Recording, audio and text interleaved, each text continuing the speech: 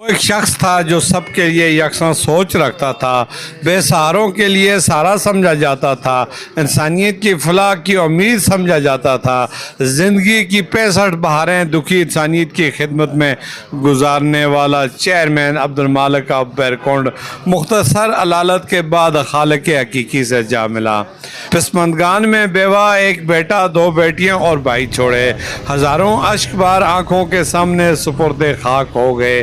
مرحوم کی نماز جنازہ میں سیاسی، سماجی، مذہبی، ٹریڈ یونین کے نمائندوں، تاجروں، وکلاء، صحافی سمیت ہر مکتب فکر کے افراد نے کثیر تعداد میں چیئرمین عبدالمالک کی وفات سے بیرکنڈ کی فضا سوگوار ہو گئی۔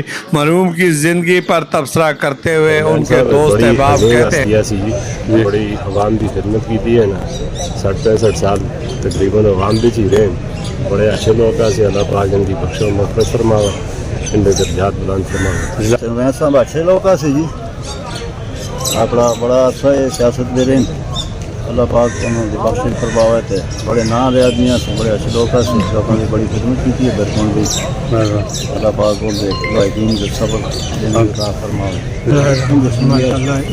بہت اچھے لوگ سے بہت اچھے عظیم بہت عوام کی خدمت کی تھی اور پورے گرام میں مانے دے ماشاء اللہ۔ صاحب زندگی کا مختصر احساس نال گزارے جی، بچپن بھی گزارے، جوانی بھی گزاری ہے، چیئرمینی کے دور بھی گزارے، لیکن سیاست مطلب ہے چیئرمین صاحب نہ ایک عظیم انسان شاہدی پھر برداشت صبر والے صبر ماشاء اللہ ماشاء اللہ، اللہ پاک کو اگلی منزل آسان فرماؤ جی۔